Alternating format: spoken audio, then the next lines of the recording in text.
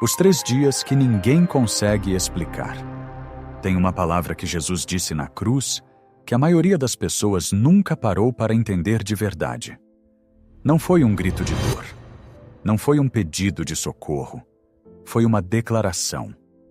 Uma única palavra em grego que os advogados romanos escreviam sobre documentos de dívida quando uma obrigação havia sido quitada para sempre. Quando não havia mais nada a pagar. Tetelestai. Consumado é.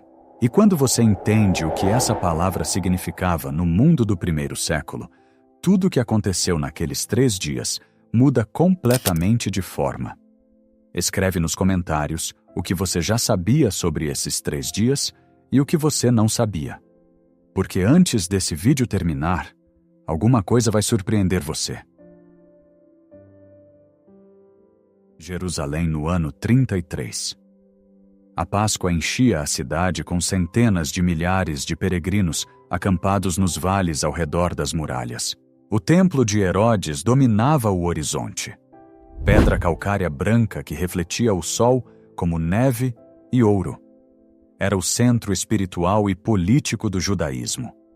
E havia sido o palco onde, poucos dias antes, Jesus havia ensinado publicamente e pronunciado algumas das palavras mais graves de todo o seu ministério.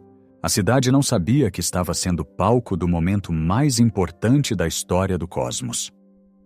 O dia judeu começa ao anoitecer, não ao amanhecer, seguindo o padrão do Gênesis, onde cada dia é tarde e manhã. Isso importa aqui porque o dia seguinte à crucificação era um sábado duplo. O sábado semanal coincidindo com o primeiro dia da festa dos pães sem fermento. João o chama de um grande dia de descanso. E é dentro desse marco que a declaração de Jesus, 3 dias e 3 noites no coração da terra, se verifica com uma exatidão que ainda hoje impressiona quem estuda com cuidado. A crucificação aconteceu num lugar que os evangelhos chamam em hebraico de Gólgota e em latim de Calvário. Os dois significam a mesma coisa, lugar do crânio.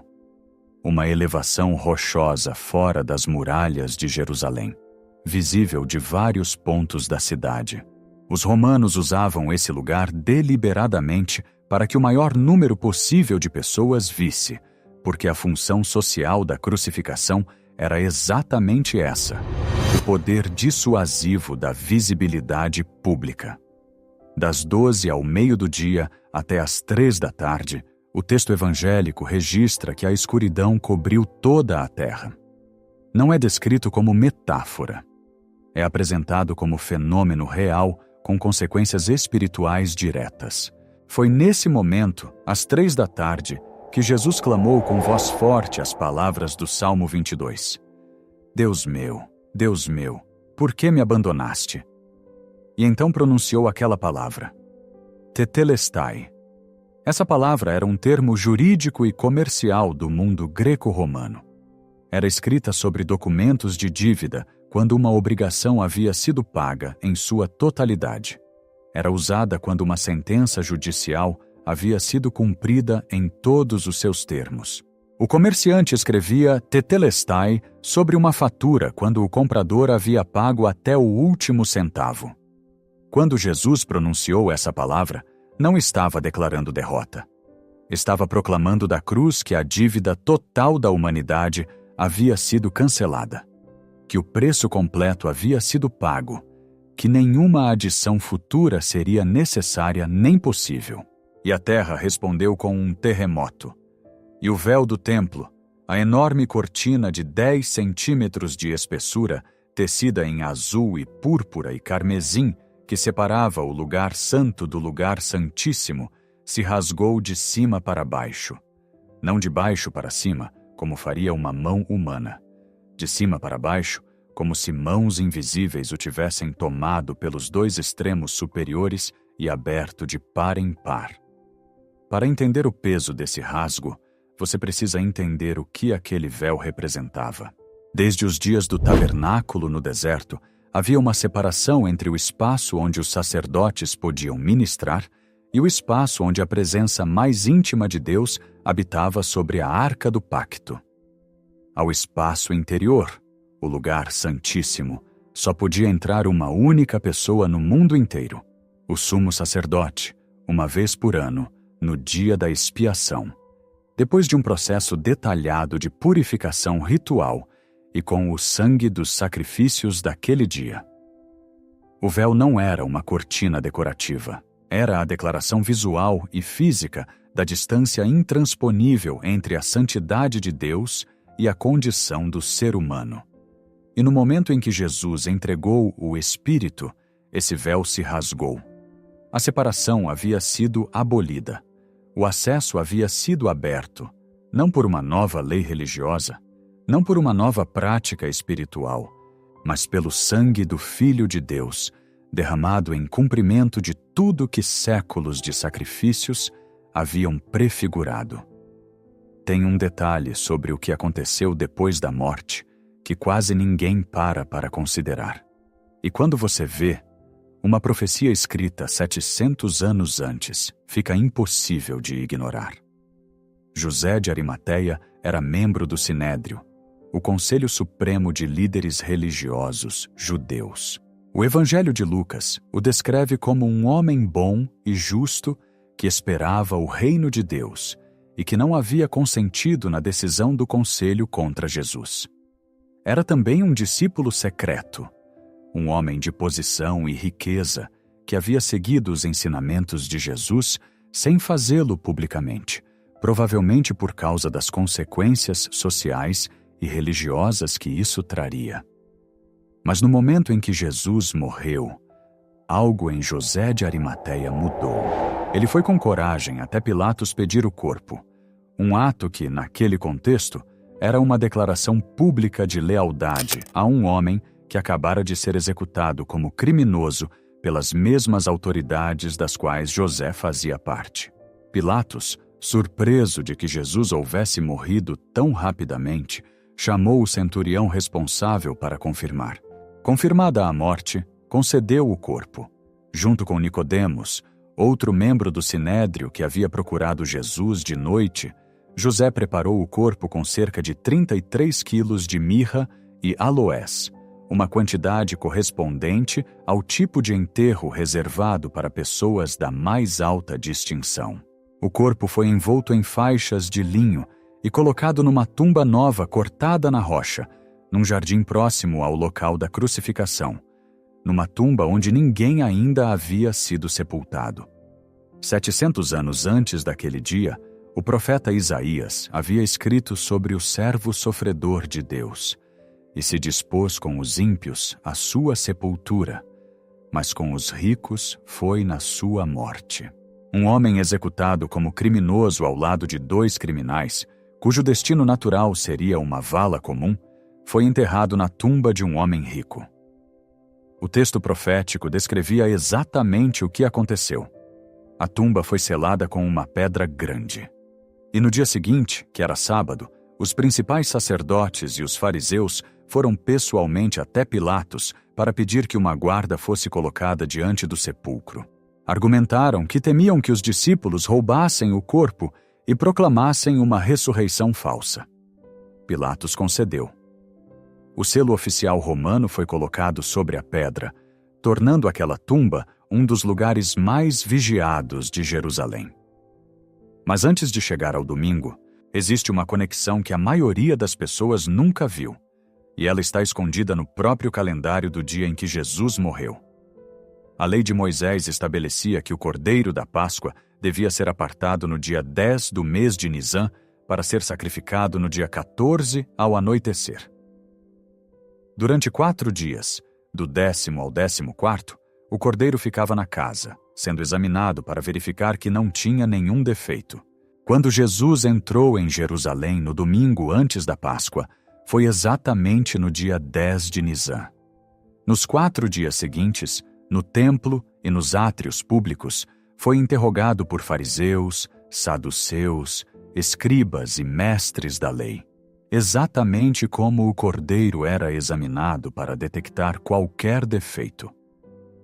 Ninguém encontrou nada, E no dia 14 de Nisã, ao cair da tarde, foi crucificado no mesmo momento em que os sacerdotes no templo começavam a sacrificar os cordeiros pascais para a celebração daquela noite. Paulo não estava usando metáfora quando escreveu que Cristo, nossa Páscoa, foi sacrificado por nós. Estava descrevendo uma correspondência literal, verificável, de uma precisão que só pode ser explicada pela soberania de Deus sobre o tempo. Se você já conhecia essa conexão, escreve nos comentários. Quero saber. E agora, o dia mais estranho dos 3. O sábado foi o dia do silêncio mais absoluto que a história registra. A cidade cumpria o descanso.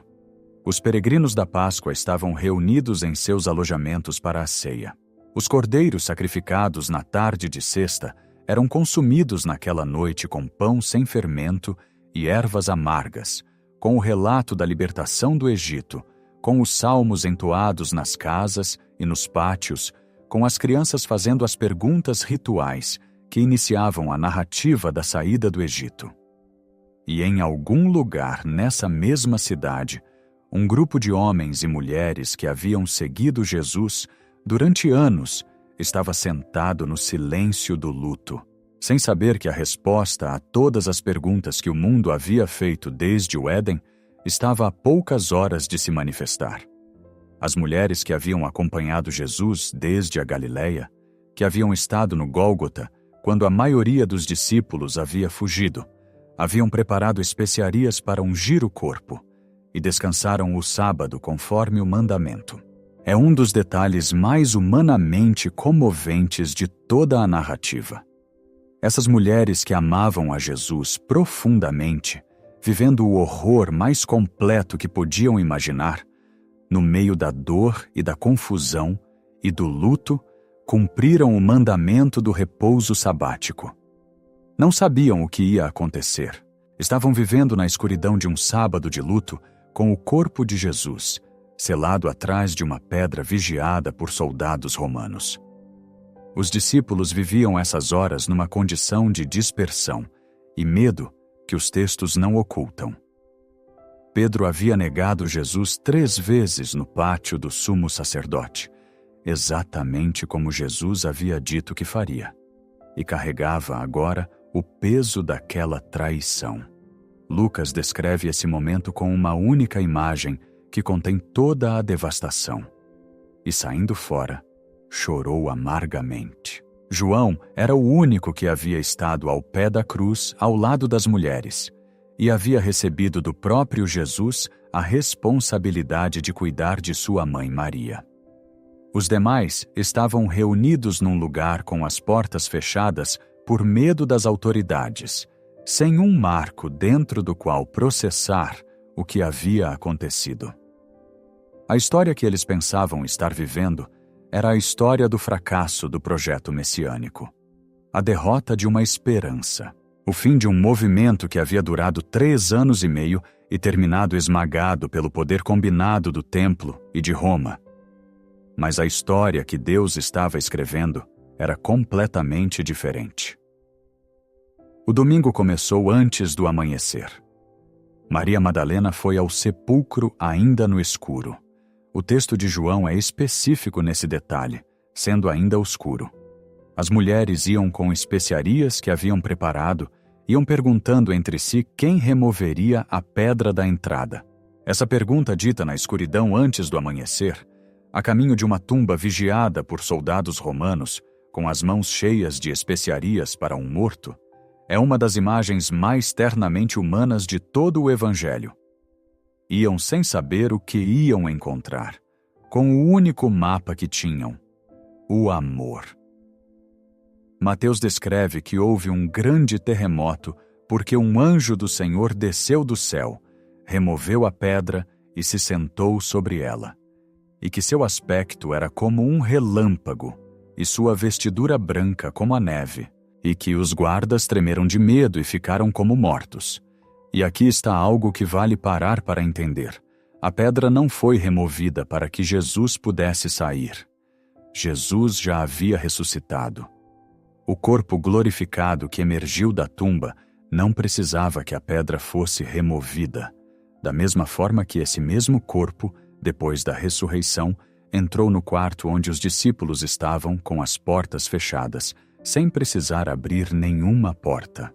A pedra foi removida para que os que chegassem pudessem entrar e ver que a tumba estava vazia. Foi removida como demonstração para os vivos, não como necessidade para o ressuscitado. Maria Madalena, ao ver que a pedra havia sido tirada, correu para os discípulos. Pedro e João correram ao sepulcro. João chegou primeiro, se inclinou e viu as faixas de linho postas ali, mas não entrou. Pedro chegou depois e entrou diretamente. Viu as faixas postas ali. E viu o sudário que havia estado sobre a cabeça de Jesus, não junto com as faixas, mas dobrado e colocado à parte, num lugar específico. Não é a desordem de um corpo removido às pressas. É a ordem de alguém que se levantou e deixou o lugar arrumado antes de partir, como quem termina uma tarefa e sai com calma. João entrou depois de Pedro, viu? E o texto diz com uma simplicidade que pesa. E viu e creu. Maria Madalena ficou chorando do lado de fora do sepulcro depois que Pedro e João foram embora.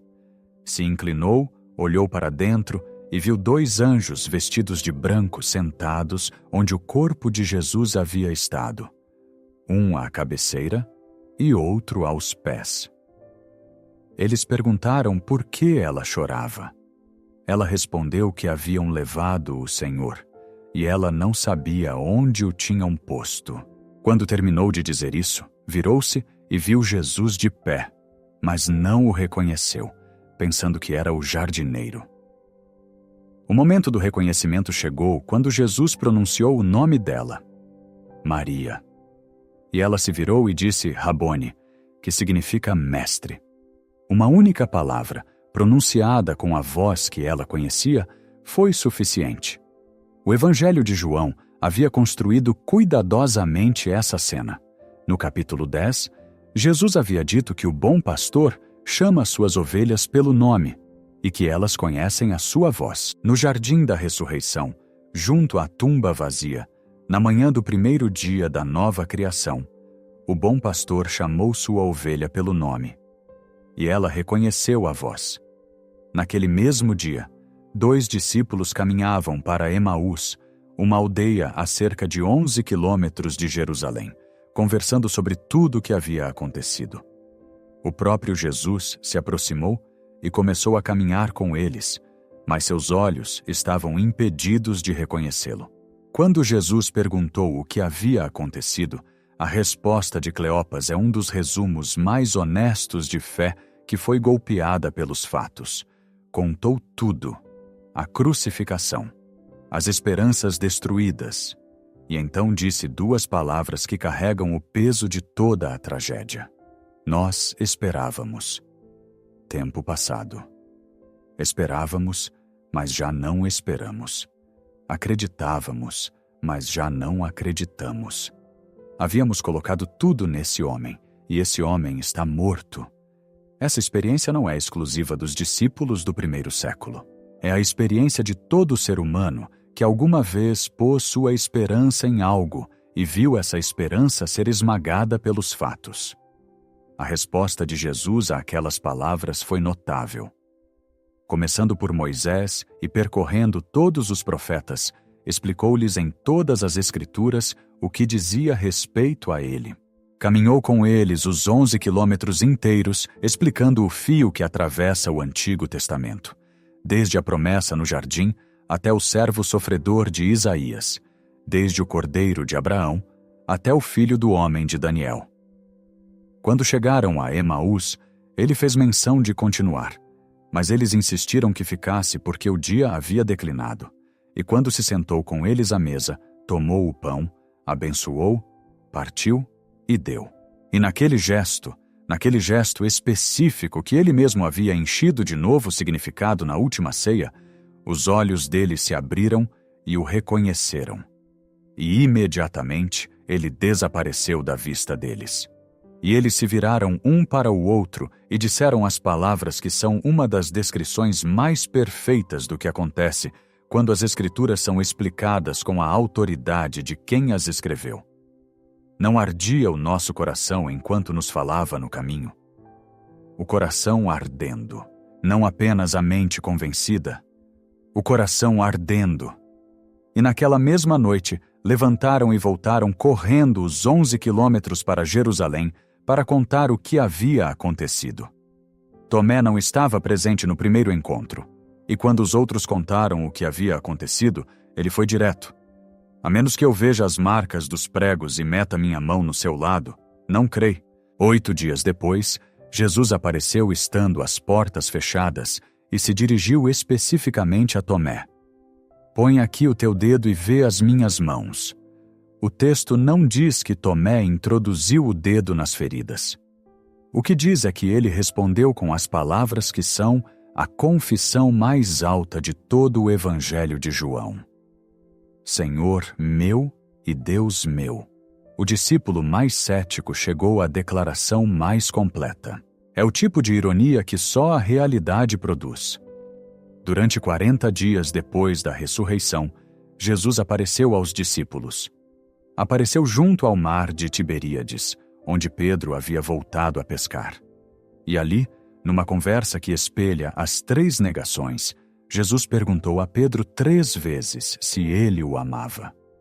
3 vezes Pedro respondeu que sim. 3 vezes Jesus lhe encomendou uma tarefa: apacenta os meus cordeiros. A restauração de Pedro não apagou o passado como se não houvesse acontecido. Afirmou sobre ele: o que você fez não te desqualifica do propósito que Deus tem para você. Paulo menciona, em 1 de Coríntios, uma aparição simultânea a mais de 500 pessoas. Não há grupos separados em momentos diferentes, ao mesmo tempo, no mesmo lugar.